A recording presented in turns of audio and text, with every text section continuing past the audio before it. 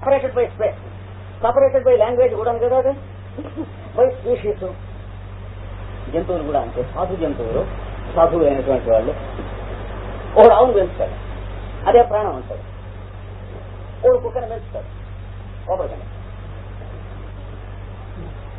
అది వీడు మూతనాకి వీడు దాని మూతనాకి పరమానందం.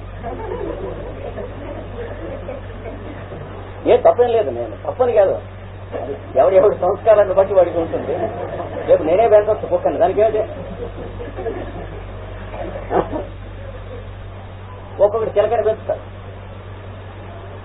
బ్రసెల్స్ లో నేను చూస్తాను, వాడు పెంచుతాడు సింహాన్ని పెంచుతున్నాడు ఇంట్లో. గుడి చెదిరిపోయింది చూసేది. మన గేడె గుడ్డ ఉంటుంది, సింహం దూరు వీరు అది. అదేమన్నా వేషమా అని అనుమానం వచ్చింది వాడికి. వాడి కొడుకుడు 14 ఏళ్ళు ఒకడు, 12 ఏళ్ళు ఒకడు.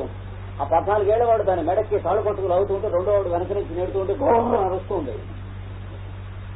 సింహం అంటే అర్థంగా సింహం ఊరికే ఏం కాదు. ఏమిటి అని చెప్పి చూస్తే ఇంకా ఉన్నాయి 2 అని చూపించాడు వాడు.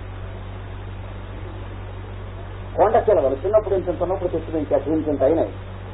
అవి వాటితో ఎట్లా ఉంటాయో తెలిసిన, ఈ చేతిలో కప్ప పట్టుకుంటాడు, ఈ చేయి ఇట్లా పెడితే ఇందులోంచి ఇలా దూరం వచ్చి ఆడుతుంది, మెడ నుంచి ఇందులోంచి వెళ్ళి ఈ కప్పను పట్టుకుని తిని ఇందులోంచి వచ్చేస్తుంది. మీరు వెళితే చూడొచ్చు, బ్రషెస్ పెడితే నా కళ్ళతో నేను చూశాను. కొండ చిలవలు, సాసుపాములు.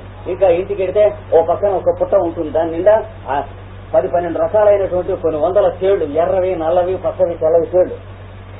ఇది కొత్త రకం తేలు అని ఇట్లా వేలు పెడతాడు, దాని మీద ఎత్తుకుంటే తీసుకొచ్చి చూపిస్తాడు. ఏమి చేయబడి ఎందుచేత అంటే మంత్రం మాక ఏమీ లేదన్నాడు సామ్యం. సమస్త జీవులకి అంటే దాంట్లో ఉన్న విషంతో వీడి సామ్యం లేదు. విషంతో సామ్యం అంటే కుర్చీ కనిపించాడు. దేంతో సామ్యం ఉన్నది? సర్వభూత దయతో సామ్యం ఉంది. వాడికి ఎక్కడుందో వాడికి తెలియదు. వాడు ఏ జంతువు మీరు చేయబెట్టినా అది ఏమీ చేయదు. వాడిని, వాడి పిల్లల్ని, వాడి ఇంట్లో ఉన్న వాళ్ళని, తర్వాత మిమ్మల్ని నన్ను కూడా ఏం చేయదు. మనం భయపడిపోతామే కానీ తీసుకెళ్ళాడు. తర్వాత కూర్చోబెట్టాడు. మనకి పిల్లలు పిల్లవాళ్ళం. ఎందుకంటే ఎప్పుడు ఇక్కడ అన్నా చాలు కదా, ఎడం చేతి వేలుతో అంటే చాలుగా మనం ఉండం. వాడు అనట బాబు నీ కింద నీ ప్రాణాన్ని నా ప్రాణం అడ్డం కూర్చోమంటాడు. వాడు మంచినీళ్ళు తెచ్చి పెడతాను, కాఫీ తెచ్చి నువ్వు కాఫీ దేవత లోపలికి పో.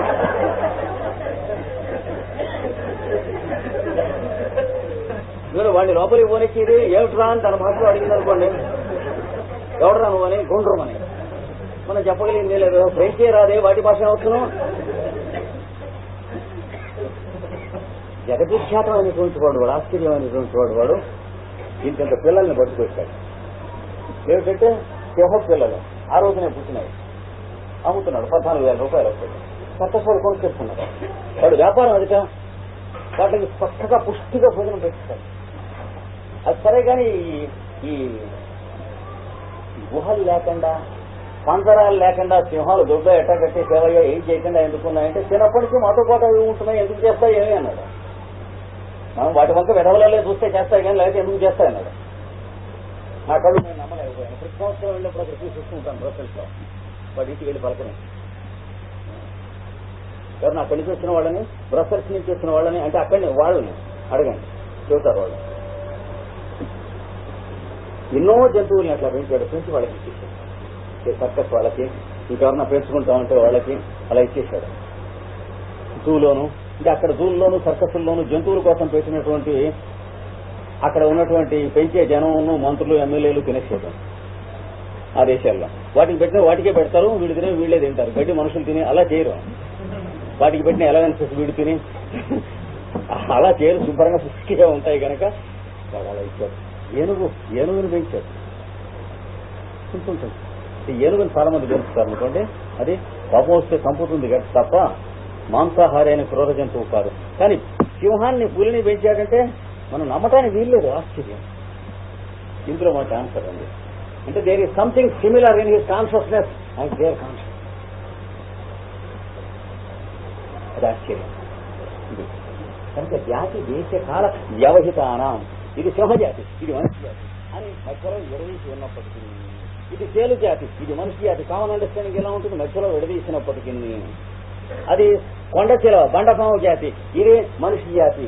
అని విడదీసినప్పటికీ మనకు తెలియనటువంటి భాష చూస్తే మాత్రమే మనం నమ్మటానికి వీలైనటువంటిది వాళ్ళిద్దరి మధ్య ఉంటుంది. మనకి ఇంగ్లీష్ వచ్చినా అది తెలియదు, పిహెచ్డీ పుచ్చుకున్నా తెలియదు, యూనివర్సిటీ చదువుకున్నా తెలియదు, తెలిసే పాయింట్లు కావు.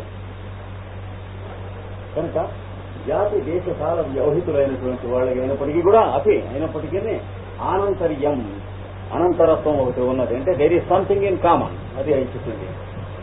ఎందుకని స్మృతి సంస్కారయో ఏకరూపత్వాత్, స్మృతికి సంస్కారానికి సంబంధించిన ఏకరూపత్వం అంటే రికలెక్షన్ కి అసోసియేషన్స్, ఫాస్ట్ అసోసియేషన్ కి అంటే ఇన్స్టింక్ట్స్ అంటాం చూడండి మనం, రిఫ్లెక్సెస్, వీటికి వాటి తాలూకు మెమరీస్ కి అవినాభావ సంబంధం ఉన్నది.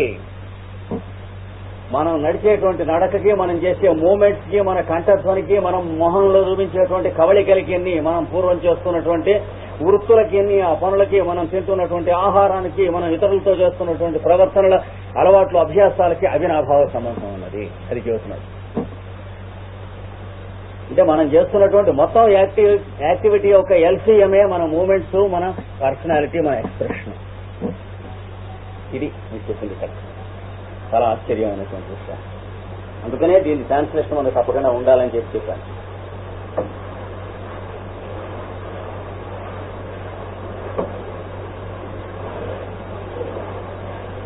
అందుచేతనే వాడు చెప్పాడు, ఈ విద్య కూడా వీటిలలో కూడా ఈ ఆధ్యాత్మిక విద్యలు, యోగాభ్యాసం వాళ్ళంతటి వాళ్ళు కావాలన్న వాళ్ళకి చెప్పండి, కానీ బలవంతాన్ని కూర్చోబెట్టి చెప్పకండి దారిపోయేటువంటి వాళ్ళకి, లేదా మొహమాట పెట్టి చెప్పకండి. మీరు ఈ క్లాసులో కూర్చుంటే తప్ప మీరు మందు ఇవ్వనని అనుకోండి, అలా చేయకండి అన్నాడు. నీ మందు లేకపోతే వాడు చాలా మంది గదవలు ఉన్నారు మంది ఇచ్చేవాళ్ళు అనిపిస్తుంది. వెంటనే ఇప్పుడు సరిగ్గా 8:30 అయ్యేటప్పుడు మందుకు వస్తాడు అనుకోండి, వాడికి అక్కర్లేదనమాట యోగాభ్యాసం. అదేమిటా నీ యోగాభ్యాసం అక్కర్లేదా, మందుకి ఈ టైంకి వచ్చావని అడగటానికి వీలు లేదు. కావాలంటే మందు లేకపోతే ఇవ్వనని చెప్పు. ఎవడికి ఏది కావాలో వాడి స్వభావాన్ని బట్టి, అంటే మనిషి అన్నం తింటాడు, గొడ్డు గడ్డి తింటుంది, పంది పొరతలో ముట్టే పెడుతుంది. ఎవడిష్టం ఏమిటంటే దాని ఇష్టం. ఎవరి సంస్కారాన్ని బట్టి వాడికి అది లైకింగ్ ఉంటుందంటే నువ్వు నేను కానీ ఎవరు ఏం చేసేది లేదు, మన గురించి కూడా ఎవడో ఏం చేసేది లేదు. అది ఇక్కడ చెప్పిన సూత్రం. 10వ,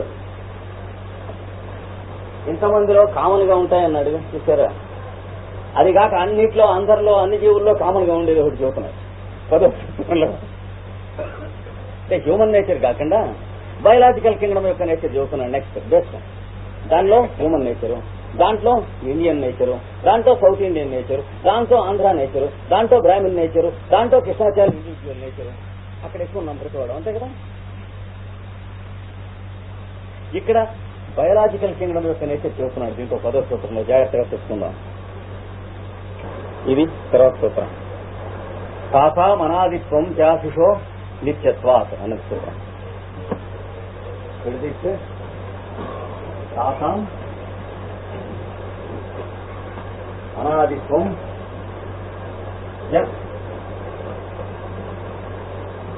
ఆశిష నిత్యత్వాత్, అలా విడదీయాలి సూత్రం.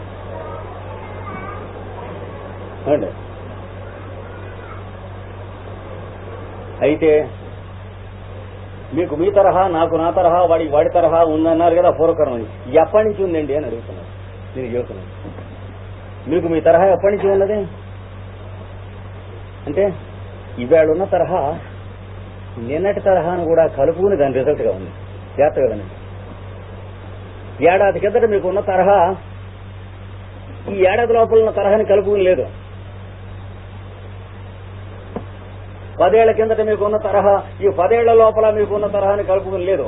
వస్తువున్న కొద్దీ ఏమవుతుంది, కొత్త తరహాలని కలుపుకుని ఒక తరహా ఏర్పడుతుంది. అండి కిల్లీ షాప్ పెట్టాడు వ్యాపారం. వాడి తల్లి మా బాపట్ల సాయంత్రం అయ్యేటప్పుడు రూపాయి మిగిలేదు వాడికి. ఆ రోజుల్లో రూపాయి అంటే ఈ రోజుల్లో 100 రూపాయలు, మీకు తెలుసు కదా. 100 రూపాయలు కూడా పెద్ద లెక్కలో ఇవ్వవు. దొంగ కూడా కొట్టేయమంటే జేబులో 100 రూపాయలు కొట్టేయడు. ఎందుకు పనికే ఇవ్వకంటే నేను స్టాంపులు బిళ్ళలు ఉంటే కొట్టేస్తాడు వాడు పేపర్లో వచ్చినట్టు. డబ్బులు కొట్టేసేంత ఫూల్స్ ఈ రోజుల్లో ఎవరు లేరు. డబ్బులు వాల్యూ లేదు కనుక, ఇన్ఫ్లేషన్ అయిపోయింది కనుక ఆ రోజుల్లో రూపాయి మిగిలేదు వాడికి. ఆ రూపాయి మిగిలితే వాడి తల్లి కలిసి భోజనం చేసి ఇంట్లో ఇల్లు జాగ్రత్తగా చూసుకుని అందులో కావాల్సినటువంటి ఇల్లు వాకిలి కొంప ఇవన్నీ చూసుకున్న తర్వాత రోజుకి ఎంత అయ్యేది? పావలా అయ్యేది. మిగతా 30 మిగిలేదు. కానీ సంవత్సరం కిళ్ళీ దుకాణం పెట్టి వాడు ఏం చేశాడు? సంవత్సరం అయిన తర్వాత బీడీలు సిగరెట్లు కూడా పెట్టాడు.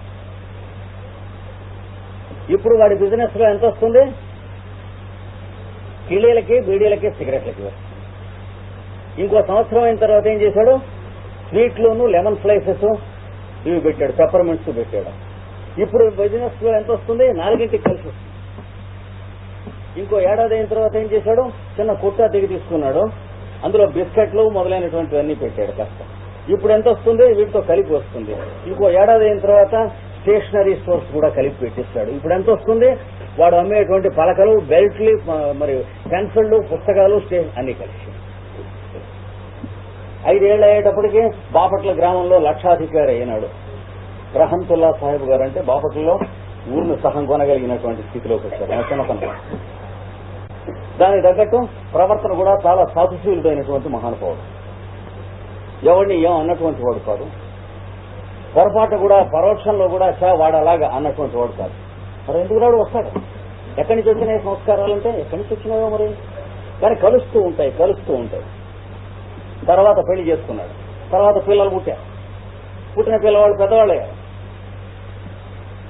అయిన తర్వాత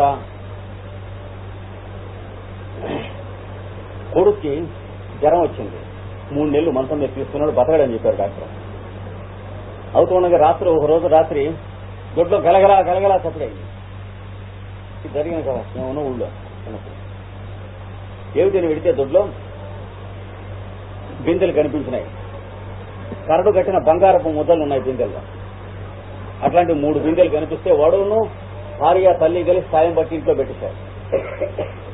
పెట్టేస్తే వాడికి కల వచ్చింది. తెల్లవారుసాన నన్ను ఇంట్లో పెట్టుకున్నావు, ఒక మనిషి బలి కావాలి, నీ కొడుకుని తీసుకెళ్ళినా నిన్ను తీసుకెళ్ళినా అని అడిగింది. ఎవరో వినిపించాడు. వాడు ఆ నిద్రలో ఏ కాళ్ళు ఉన్నాడు? వాడు పూర్వ సంస్కారంతోనే బలుకుతుంది, నన్నే తీసుకెళ్ళి అన్నాడు.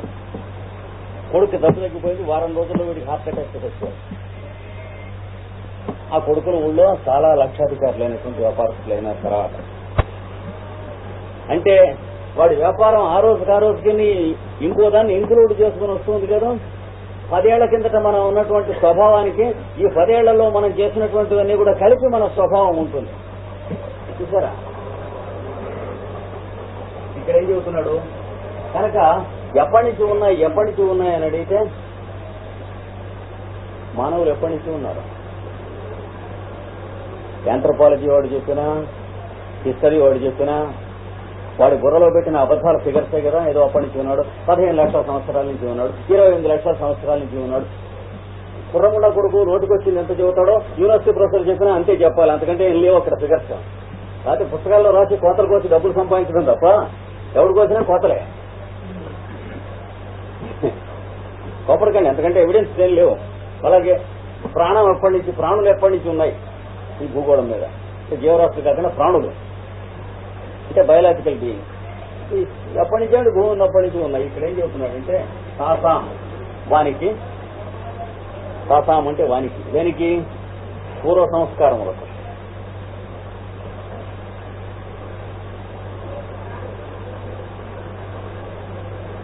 అనాదిత్వం చ, మొదలు లేదు, అనాదిగా ఉండటం కూడా ఉన్నది. మొదటి నుంచి ఉన్నటువంటి సంస్కారాలు కూడా ఉన్నాయి ఇప్పటి వరకు అన్నారు. అంటే అసలు ఈ భూమి మీద grand inauguration of biological kingdom మొదలెట్టినప్పటి నుంచి ఈ రోజు వరకు మనలో పోనటువంటి బీస్ట్లీ యానిమల్ ట్రేట్స్. వార్ అంటే ఏమిటండి? యుద్ధం అంటే, కాంపిటీషన్ అంటే ఏమిటండి? మన పిల్లాడి క్లాస్ ఫస్ట్ రావాలనే ఐడియా ఉంది అంటే ఏమిటండి? బీస్ట్లీ ఇన్స్టింక్ట్స్ దాకా ఏమిటి అంతే. కనుక animal nature and beastly instincts అప్పటి నుంచి ఇప్పటి వరకు ఉన్నటువంటివి కూడా పోకుండా ఉన్నాయన్నాడు. ప్రాచీన శిలాయుగపు లక్షణాలు కాదా యుద్ధం అంటే? మరి యుద్ధం 20వ శతాబ్దంలో 2 అయినాయి, 3వది కాబోతుంది కదా. మానవ జాతికి ఎప్పుడో పశువుల దగ్గర నుంచి ఎప్పటిదాకా వస్తున్న లక్షణాలు ఉన్నాయంటున్నాడు. మరి అవే మనం అందులోంచి వీఆర్ నో ఎక్సెప్షన్ అని చెబుతున్నాడు. హ్యూమన్ బీయింగ్స్ అంటే హ్యూమన్ బీస్ట్స్ అనే అర్థం అన్నాడు.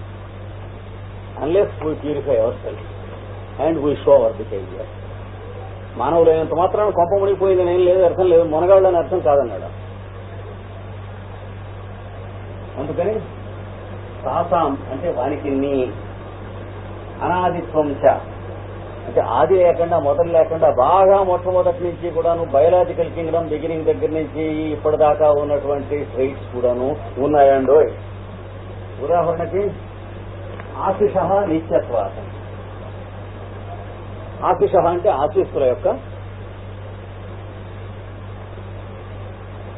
నిత్యత్వాత అంటే నిత్యత్వం వలన, నిత్యంగా ఉండటం వలన. ఆశీస్సులు నిత్యంగా ఉండటం వలన అప్పటి నుంచి ఇప్పటి వరకు ఉన్నాయి. అంటే అర్థం ఏంటంటే ఎవరన్నా పెద్దవాళ్ళు మనం బాగుండాలని చెప్పి ఏదైనా చేస్తే బాగుండు, అది ఆశీస్సులు అంటే. అలాగే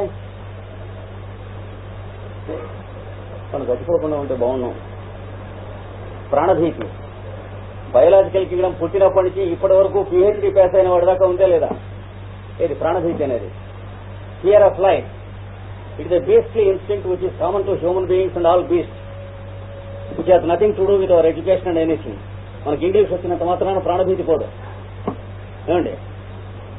మనకి సైన్స్ కాలేజీలో డిగ్రీ వచ్చినంత మాత్రాన పోదు, MBBS కానీ MD పాస్ అయినా పోదు, ఇంజనీరింగ్ పాస్ అయినా పోదు. ఏం చేసినా ప్రాణభీతి అంటే ప్రాణభీతియే. అది పోయిన వాడికి పోవలసిందే గాని అందుకని అప్పటి నుంచి ఇప్పటి వరకు ప్రాణభీతి అనేటువంటిది ఉంది. చూసావా, ఇలాంటివి చాలా ఉన్నాయని చెబుతున్నాడు. అంటే ఎందుకని ది డిజైర్ ఫర్ సర్వైవల్. అంటే ఉందాం అనేది లోపల ఉంటుంది, ఆ లక్షణం. పోకూడదు అని ఉంటుంది. పోక తప్పదని తెలుసు కానీ పోకూడదని ఉంటుంది. ఇది అప్పటి నుంచి ఇప్పటి వరకు పోలేదు. చూసారా, ఇట్లాంటివి చాలా ఉన్నాయి. ఇది ఎలా అయితే ఉందో దీంతో పాటు ట్రైట్స్, అలాగే సైకలాజికల్ ట్రైట్స్. ఫియర్, భయం అనేటువంటిది జంతువుల దగ్గర నుంచి మన దాకా ఎవల్యూషన్ లో వచ్చిందే లేదా? మనం జంతువులుగా ఉన్నప్పుడు ప్రారంభించింది అది. మనం కొండముక్కులుగా కోతులుగా ఉంటూ ఉండగా కూడా ఉన్నది. మానవులుగా వచ్చాక ఏమైంది? పోయిందా? పోలేదే. ఇంటలెక్చువలైజ్ అయ్యి మ్యాగ్నిఫై అయింది. జంతువులకి ఇంత ఉండేది కాదు. మనకి ఇంటలెక్ట్ ఉండటం వల్ల భూతత్వం పెట్టింది.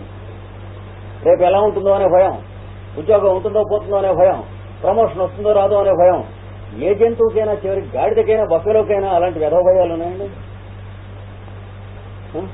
భయం అంటే ఏమిటి? జంతువుకి దేనికి ఉంటుంది?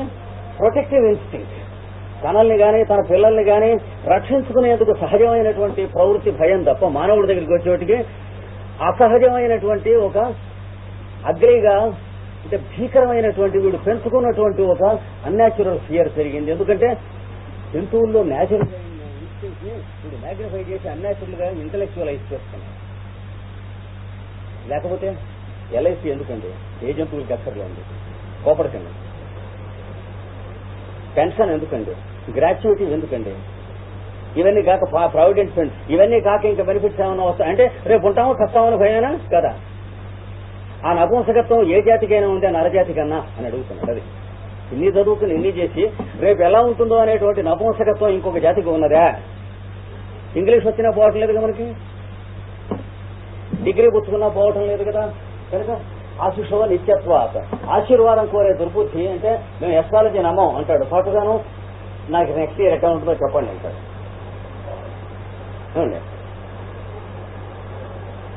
అలాగే మేము పామిస్ట్రీ నమ్మం, మేము రాడికల్స్ అంటాడు.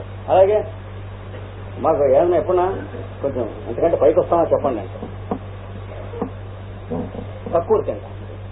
ఆ కక్కుర్తి అనేటువంటిది ప్రాణభీతి రూపంలో మొదటి నుంచి ఉన్నది కనుక దాంతో పాటు కూడా తోడగా తీసుకొస్తున్నటువంటి అనాదిత్వం కలిగినటువంటి సంస్కారాలు చాలా చాలా ఉన్నాయి. అవన్నీ ఈ ప్రాక్టీస్ వల్ల ఒక్కదాని వల్ల మాత్రమే ప్యూరిఫై అవుతాయి చూస్తున్నాడు. రెండవది, ఆదివారం పూట 1 గంట 2 గంటలో 3 గంటలో పిల్లలకు సండే స్కూల్ అని చెప్పి ఒకటి అరేంజ్ చేసుకోవాలి. అది మేము ఇప్పటికి అరేంజ్ చేసాము 2 సంవత్సరాల నుంచి. కొంతమంది పిల్లలు నిరంతరం నడుస్తూ ఉన్నారు, కొంతమంది టీచర్స్ కూడా వర్క్ చేస్తున్నారు. దానికి మీలో అవకాశం ఉన్నటువంటి వాళ్ళు వాళ్ళ పిల్లల్ని తీసుకొస్తూ వాళ్ళ పేరెంట్స్ కూడా ఒకళ్ళు 2 3 దాని సర్వీస్ కి, సండే సర్వీస్ కి కంట్రిబ్యూట్ చేసి హెల్ప్ చేసినట్లయితే దాని స్కీము, దాని ప్రణాళిక ఎట్లా చేసుకోవాలో అది కూడా ఇస్తాం. లేదా సెలవులు వెకేషన్ సీజన్ లో వాళ్ళు బయలుదేరి మారుమూలలో ఉన్నటువంటి గ్రామాలకు వెళ్లి ఇక్కడ వాళ్ళు అధ్యయనం చేసినటువంటి ఆధ్యాత్మిక విషయం కానీ హోమియోపతికి సంబంధించినటువంటి విషయం ఇవన్నీ కూడా కలుపుకుని వాళ్ళకి ఒక క్యాంపు కింద వారం రోజులో 10 రోజులో నెల రోజులో క్యాంపు కింద పెట్టుకుని వాళ్ళ ఊళ్ళ గ్రామాల దగ్గరలో అక్కడ 10 మందిని చేర్చి వాళ్ళకి ఆ క్యాంపులో అంటే పొరుగురు నుంచి మనుషులు రాగలిగినా రాలేకపోయినా ఆ ఊళ్ళో ఉన్నటువంటి వాళ్ళకి వాళ్ళు వెకేషన్ సీజన్ లో వాళ్ళు నడుపుకుంటానికి ఇలా 3 స్కీమ్స్ అని చెప్పి అనుకున్నాం. ఈ 3 స్కీమ్స్ ఏది ఎలా చేద్దాం అనేటువంటిది క్రమంగా మేము చెబుతాం. కృష్ణస్వామి గారి వివరాలు మీకు మెల్లిగా పర్సనల్ గా చెబుతాం. ఇది కూడా మైండ్ లో ఉంచుకుని ఎవరెవరు దేనికి సిద్ధం అవుదాం అని అనుకున్న వాళ్ళు, వాళ్ళ టైం పర్మిట్ చేసినటువంటి వాళ్ళు, వాళ్ళకి అవకాశం ఉన్నటువంటి వాళ్ళు, వాళ్ళందరూ కూడా సిద్ధం కావాల్సింది. ఇప్పుడు మళ్ళీ పాఠంలోకి వెళ్తామా. 10వ సూత్రం మనం చెప్పుకుంటున్నాం. సాసాం అనాదిత్వంచ ఆశిషో నిత్యత్వాస. సాసాం అంటే వానికి, అనాదిత్వం అంటే మొదలు లేదు, ఎప్పుడు మొదలెట్టాయో తెలియదు. ఎంచేత మనకు తెలిసింది నిత్యం.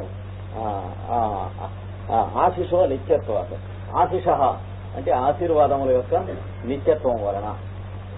అంటే మనకెవరన్నా బాగుంటుందని పెద్దవాళ్ళు చేతే బాగుంది, మీరు 10 కాలాల పాటు చల్లగా ఉంటారు, మరి మనసు అదేగా కోరేది.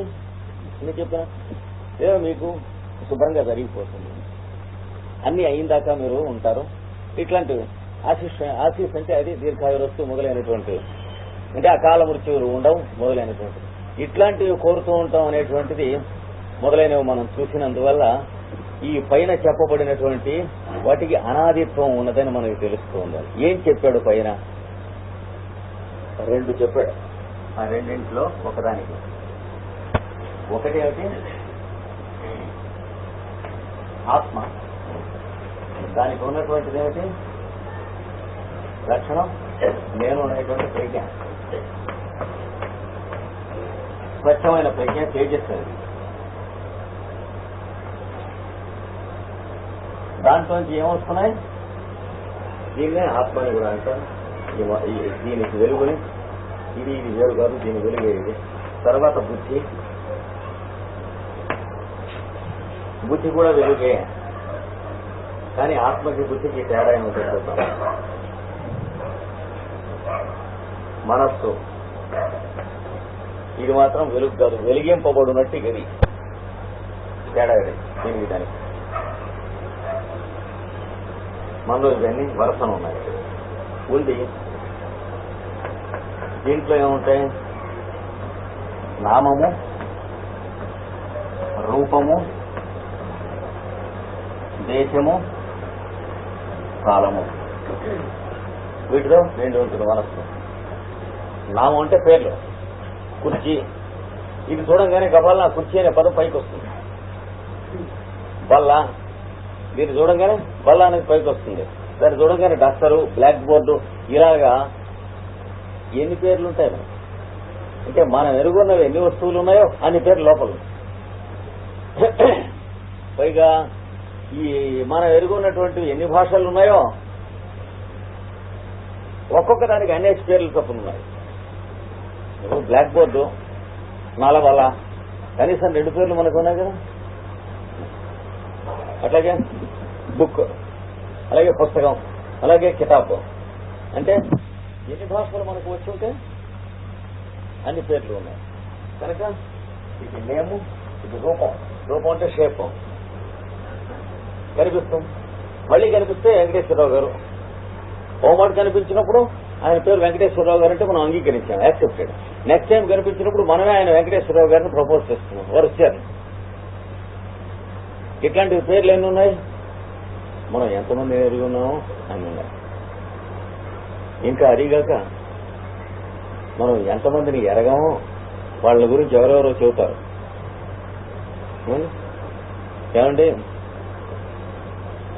ఢిల్లీలో వెళితే మేము చరణ సింగ్ ఇంటికి వెళ్ళామండి అని ఏదో 1/2 గంట చెబుతారు. మీ మైండ్ లో మీరు చూడనటువంటి చరణ సింగ్ ఉంటాడు. ఇప్పుడు మనందరూ ఈ న్యూస్ పేపర్లో చదువుకుంటూ ఉంటే ఫోటోల ద్వారా కానీ, ఫోటోలు లేకుండా ఉన్న ద్వారా కానీ కొన్ని వేల మంది ఈ ఢిల్లీలోను, హైదరాబాద్ లోను ఉన్న సరుకు మన బుర్రలో ఉన్నారా లేదా పేపర్లో? ఇలాగా కనుక మనం చూసిన వాళ్ళ రూపాలు, చూడని వాళ్లకు మనం కల్పించుకున్న రూపాలు ఉంటాయి. అలాగే బాధ కలిగింది, హనుమంతుడిని తలుపుకున్నాను, తగ్గింది. హనుమంతుడి రూపం ఉందో లేదో కానీ మీరు చూశారండి? కానీ చూశారు, చూడలేదా? లేకపోతే ఎట్లా ఉంటుంది అంటే కంటితో చూడటం ఒక్కటే కాక చాలా రకాల చూడటం ఉందని తెలుస్తుంది కదా. కంటితో అయితే మనం చూడలేదు కదా భౌతికంగా హనుమంతుని. అంత మాత్రాన హనుమంతుడు ఉంటాడంటే ఎగతాళి చేస్తున్నా ఎవడో మూర్ఖుడు చేస్తాడు కానీ. అలాగే రాముడు